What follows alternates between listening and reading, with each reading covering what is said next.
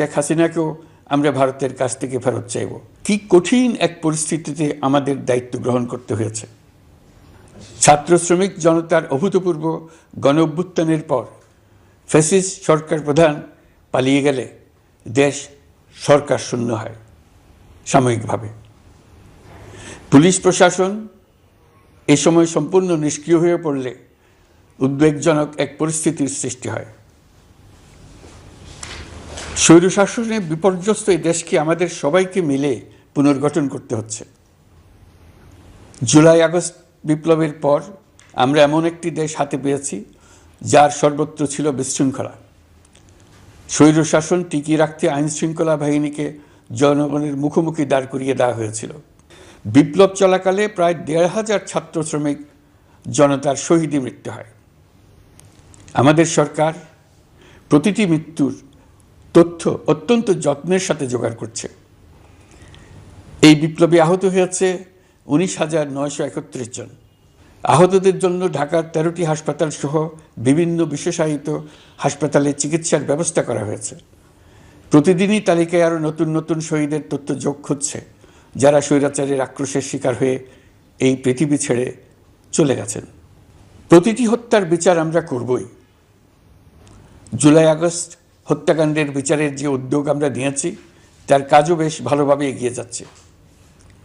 পতিত স্বৈরাচার শেখ হাসিনাকেও আমরা ভারতের কাছ থেকে ফেরত চাইব। কেবল জুলাই আগস্ট হত্যাকাণ্ডই নয়, আমরা গত ১৫ বছরে সব অপকর্মের বিচার করব। অসংখ্য মানুষ গুম হয়েছে, খুন হয়েছে। এই সময় আমরা গুমের তদন্তে একটা কমিশন গঠন করেছি। কমিশন প্রধান আমাকে জানিয়েছেন অক্টোবর পর্যন্ত তারা ১৬০০ গুমের তথ্য পেয়েছেন। তাদের ধারণা এই সংখ্যা ৩,৫০০ ছাড়িয়ে যাবে।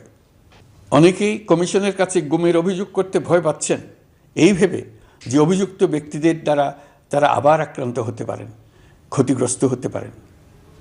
আমি আপনাদের আশ্বস্ত করতে চাই, আপনারা দ্বিধাহীন চিত্তে কমিশনকে আপনাদের অভিযোগ জানান। কারো সাধ্য নাই আপনাদের গায়ে আবার হাত দেয়। গুম কমিশনের সদস্যদের কাছে ভুক্তভোগীদের যে বিবরণ আমরা পেয়েছি তা অত্যন্ত মর্মান্তিক।